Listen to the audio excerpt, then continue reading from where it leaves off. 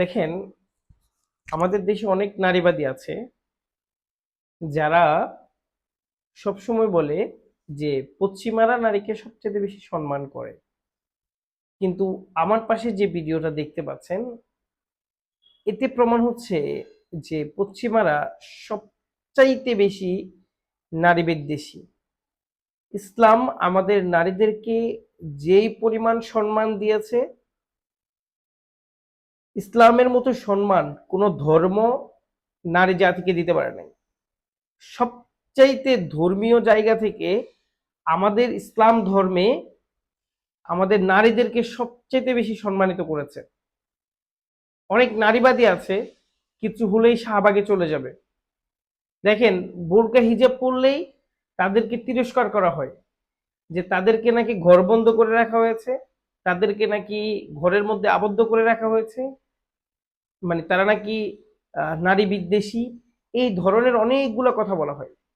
আজকে স্ক্রিনে যে ভিডিওটা দেখতে পাচ্ছেন, এটা যদি এটা যদি কোনো মানে মুসলিম কান্ট্রিতে যদি এই জিনিসটা করে থাকতো, অথবা আমাদের দেশে এই জিনিসটা হতো, শত শত আন্দোলন সংগ্রামে ভরে যেত।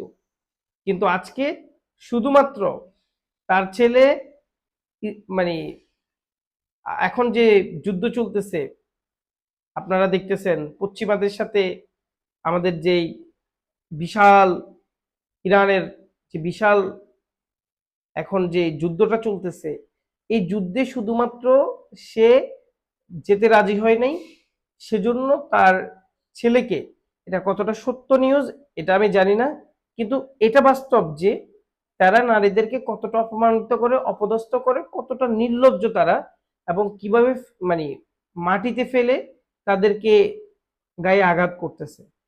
তো পশ্চিমারা আমাদেরকে শিখে দেয় শেন না যে কিভাবে নারীদেরকে সম্মান করতে হয়। আমরা জানি, আমাদেরকে ইসলাম শিখিয়েছে আমাদের মা বোনকে কিভাবে ইজ্জত রক্ষা করে তাদেরকে কিভাবে সম্মানিত করতে হয়। তো আপনার গুরুত্বপূর্ণ মন্তব্য অবশ্যই শেয়ার করে যাবেন যে ইসলামই সবচেয়ে বেশি নারীদেরকে সম্মান দিয়েছে।